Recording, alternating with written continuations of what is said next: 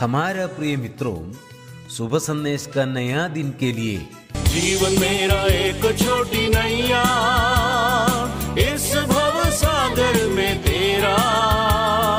जीवन मेरा एक छोटी नैया, इस भव सागर में तेरा।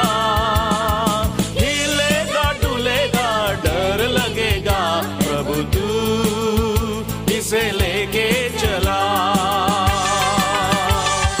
हिलेगा डुलेगा डर लगेगा, प्रभु तू इसे लेके चला। आज का संदेश प्रभु के दास नेल्सन थॉमस मुंबई से बांटा जाएगा। प्रार्थना के साथ सुनिए। प्रभु परमेश्वर की स्तुति हो। शुभ संदेश के हमारे सारे श्रोताओं को एक और बार यीशु मसीह की अति श्रेष्ठ नाम में स्वागत और अभिनंदन। थोड़ी देर के हमारे मनन के लिए आइए निकालेंगे यूहन्ना का सुसमाचार 4 अध्याय 29 और 30 पदों को। John's gospel chapter 4 verses 29 and 30। प्यारों, पिछले कई हफ्तों से यीशु मसीह और सामरी स्त्री के बीच में जो बातचीत हुआ, उस बातचीत के आधार पर कई सच्चाइयों को हम देख रहे थे।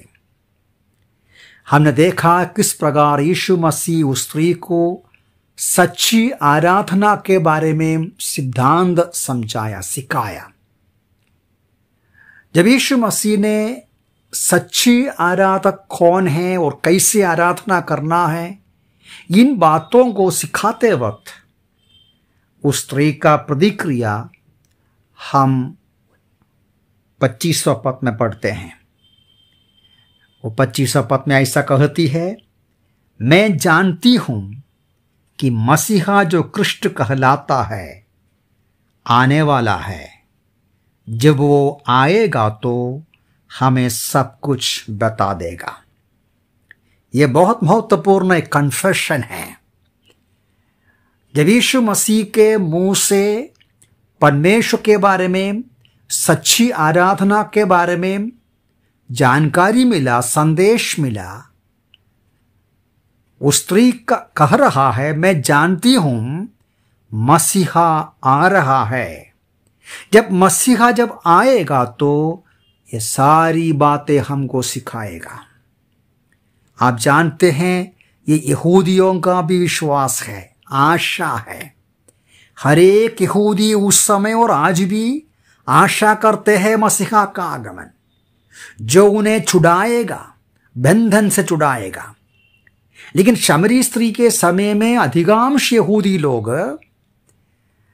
उस प्रकार का मसीहा का कामना किया, आशा किया, जो उनको रोमी बंधन से छुड़ाएगा, जो उसको राजनीतिक रूप में आजादी देगा।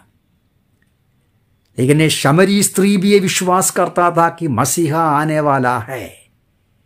ये व्यवस्था विवरण का पुस्तक में लिखी हुई बात के आधार पर है। यीशु मसीह तुरंत अपने आप को उनके सामने प्रकट कर कर बोलते हैं। 26वां पद में पढ़ते हैं, यीशु ने उससे कहा, मैं जो तुझसे बोल रहा हूं वही हूं। मैं वही हूं। वास्तव में बहुत महत्वपूर्ण एक प्रकटीकरण यहां देखता है। हम सुसमाचार पढ़ेगा तो समझ में आएगा, यीशु मसीह कई बार अपने आप को प्रकट करने से वो दूर रहा। जैसा मैंने कहा, यहूदी लोग पूरा एक ऐसा एक मसीहा का इंतजार कर रहा है जो उनको रोमन बंधन से छुटकारा देगा। उस समय यीशु मसीह अपने आप को मसीहा के रूप में उनके सामने प्रकट कर कर नहीं दिखाया। लेकिन सामरी स्त्री का हृदय के अंदर से उसके पहले के शब्दों में उनका पापों को कबूल किया, उनका कमी को कमजोरी को कबूल किया, जीवन का पानी की आवश्यकता वो कबूल किया और उसने मसीहा का इंतजार वो बता दिया। यीशु मसीह अपने आप को प्रकट कर कर दे दिया। मैं हूं। ये पुराने नियम में परमेश्वर पिता ने मूसा के सामने अपने आप को प्रकट करते समय दिया हुआ नाम है। हम इस बात को निर्गमन के पुस्तक में पढ़ता है। निर्गमन के पुस्तक में जब मूसा पूछते हैं, मैं आज़ादी देने के लिए मिस्र देश में जाऊंगा, यहूदी लोग पूछेगा तुमको कौन भेजा, मैं किसका नाम बोलूं? तो वहां पढ़ते हैं निर्गमन में इस बात को पढ़ता है 3:14 में, मूसा से परमेश्वर कहा, मैं जो हूं सो हूं, इसलिए तो इस प्रकार कहना, मैं हूं ने मुझे तुम्हारे पास भेजा है। यहोवा परमेश्वर का नाम था मैं हूं। यही मैं हूं प्रभु यीशु मसीह यूहन्ना के सुसमाचार में करीबन 23 बार इस्तेमाल किया है।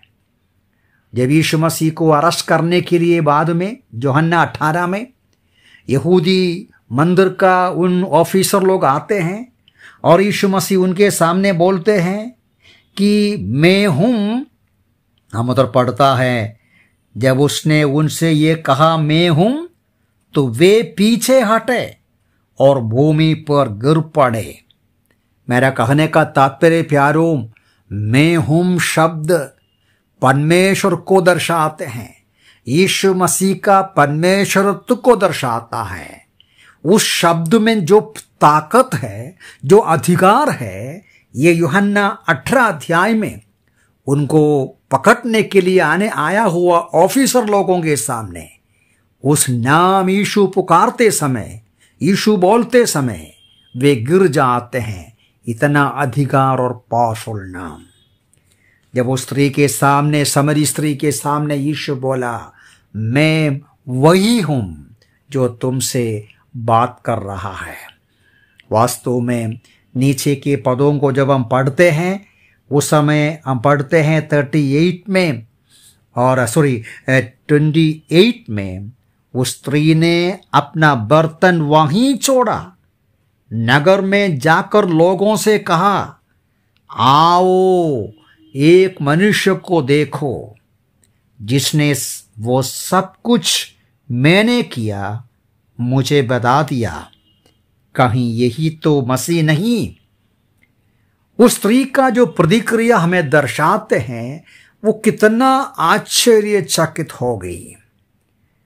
जैसा वो सुना यीशु मसीह का आवाज, मैं हूं वही, वो आश्चर्यचकित होकर उनका पानी भरने का बर्तन उधरी छोड़कर अपने नगर की ओर, गांव की ओर दौड़ा, जाकर सबको बुलाकर लेके आया।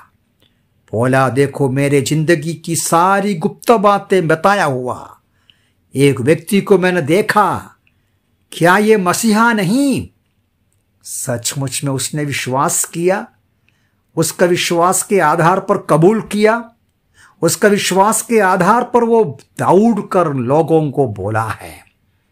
हम पढ़ते हैं वो लोग आया, उनका 39 भी देख लीजिए, 39वां पद में, उस नगर के अनेक समरियों ने यीशु पर विश्वास किया, क्योंकि उस स्त्री ने इस कथन के द्वारा साक्षी दी, जो कुछ मैंने किया वो सब उसने मुझे बता दिया। और नीचे बोलते हैं, उस गांव के लोग बोलता है, हम जान के ये हैं, हम स्वयं सुन लिया है कि यही सचमुच जगत का उद्धार करता है। प्यारों, समरी स्त्री की कहानी हमें ये बहुत सारी सिद्धांत देता है, सबक सिखाता है। 4 मुख्य बिंदु में जल्दी बोलकर बंद करता हूं। सबसे पहली बात यह है, सचमुच में उद्धार उस व्यक्ति को मिलता है जो अपने पाप के बारे में, जो अपने आध्यात्मिक आवश्यकता के बारे में, मुक्ति के बारे में पहचानते हैं। उनके अंदर भूख और प्यास होता है।